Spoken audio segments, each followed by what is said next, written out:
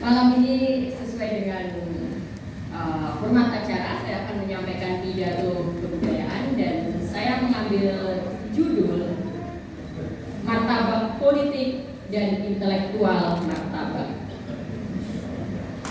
Kekuasaan selalu bekerja untuk mengontrol pikiran dan gagasan.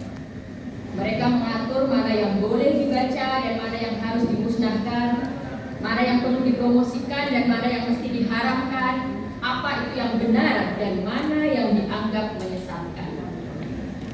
Dari Hamzah Mansuri di abad 16, sultan-sultan memilih mana ulama yang boleh didengarkan dan mana ulama yang harus disingkirkan.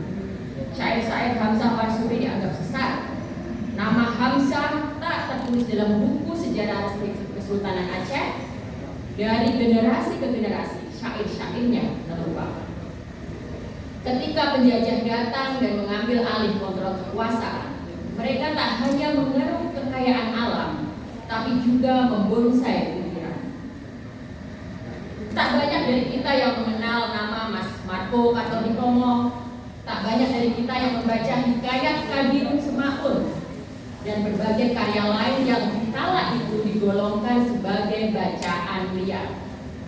Mereka pilihkan mana yang boleh kita punya dan mana yang harus hanya. Menjadi bangsa merdeka bukan berarti setiap orang punya kemerdekaan pikiran. Kekuasaan berpindah tangan dan berganti rupa, namun tak menghilangkan sifatnya untuk mengatur pikiran.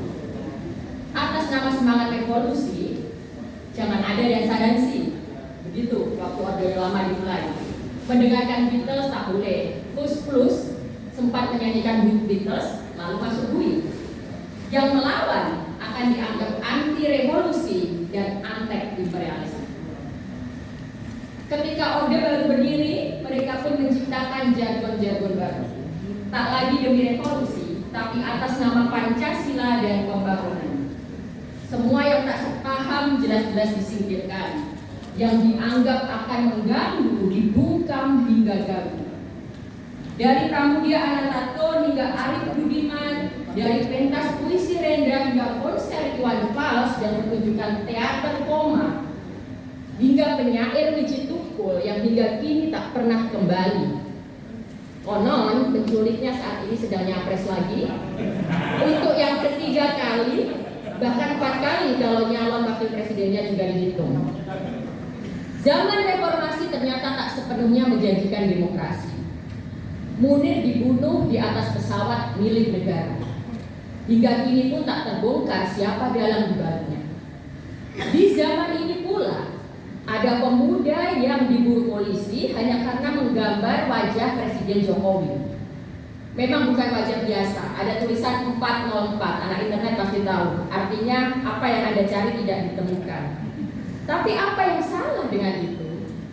Katanya itu penghinaan simbol negara. Tapi apa simbol negaranya? Di mana simbol negaranya?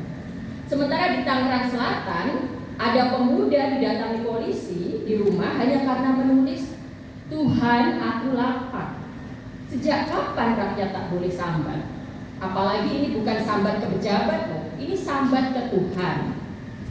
Ada yang takut meme tapi tak takut kerjanya membil. Ada yang takut mural tapi tak takut korupsi bantuan sosial. Ada yang takut kritik, tapi tak takut rakyat menjerit dan tercekik. Kekuasaan selalu bekerja untuk menciptakan hantu-hantu. Mitos-mitos, hal-hal palsu yang dipercaya dan akhirnya terinternalisasi dalam diri setiap orang, difabrikasi untuk membuat rakyat tunduk dan situasi terkendali. Raja-raja Nusantara membangun mitos bahwa mereka titisan dewa, penjaga buana. Penjajah menciptakan mitos pribumi malas agar rakyat tanah jajahan bisa dipaksa bekerja di tanahnya sendiri. Pemimpin besar revolusi Bung Karno, sosok yang telah membawa bangsa ini lepas dari penjajahan, butuh melahirkan mitos baru untuk menjadi pembenar agar ia bisa menjadi presiden seumur hidup.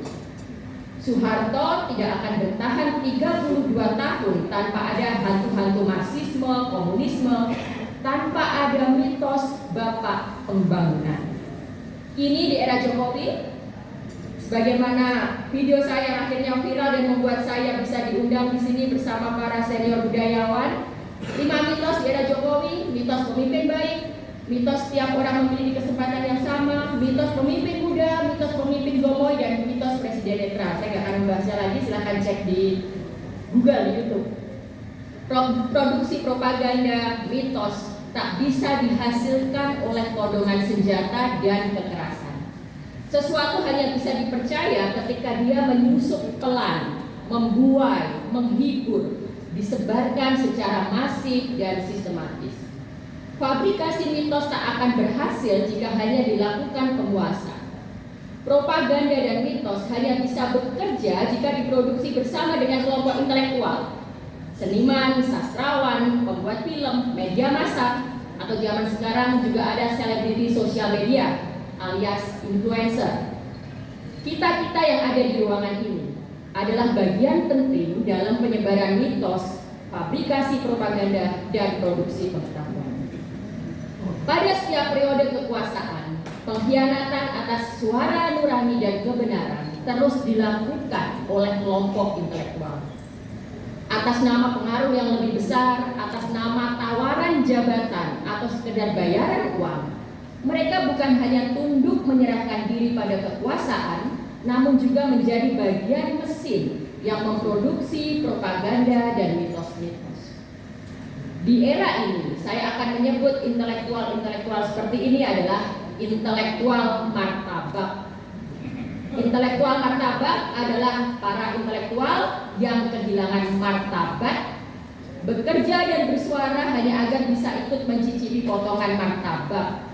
Apalagi jika martabaknya adalah milik anak-anak Pak Lurah, yang berkat jualan martabak bisa jadi ketua partai dan bahkan bisa jadi calon wakil presiden. Ya, memang inilah eranya martabak politik. Hasrat untuk mempertahankan kekuasaan dipamerkan tanpa martabat. Jabatan dianggap sebagai barang warisan yang harus dikangkangi, diamankan, dipastikan jatuh ke anak, menantu, keponakan, dan para ipar. Maka sekarang kita lihat, muncul secara tiba-tiba pemuda tanpa kompetensi, integritas, dan imajinasi ke dalam gelanggang politik untuk sekedar merebut jabatan. Lalu politisi-politisi nirmartabat akan berteriak garang, ini bukan dinasti, ini adalah demokrasi. Politik yang jauh dari tujuan luhurnya. Martabat politik telah digantikan oleh martabak politik. Sebagaimana martabak politik hanya menjadi sajian perayaan yang dinikmati bersama-sama oleh kawanan. Martabak politik menempatkan kekenyangan anggota kawanan sebagai tujuan utama. Dalam martabak politik, inovasi dan kebijakan pemimpin tak lebih dari sekedar memberi varian rasa kekinian tanpa menyentuh substansi, apalagi perubahan struktural. Martabak politik tak pernah butuh kompetensi dan visi, karena yang dihitung hanyalah untung rugi.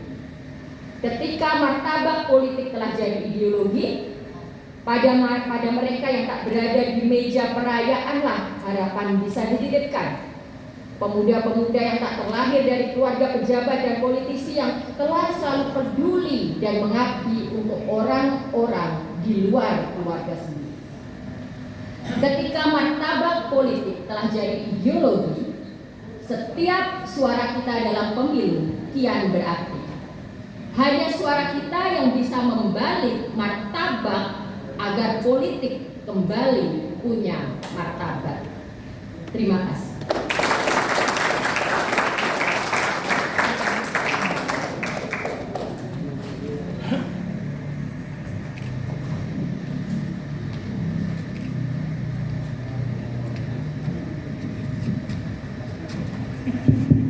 Terima kasih Mbak Oki Mandasari.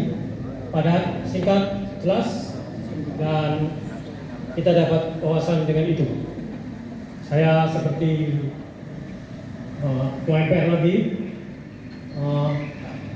waktunya memanggil Pak Presiden penyair.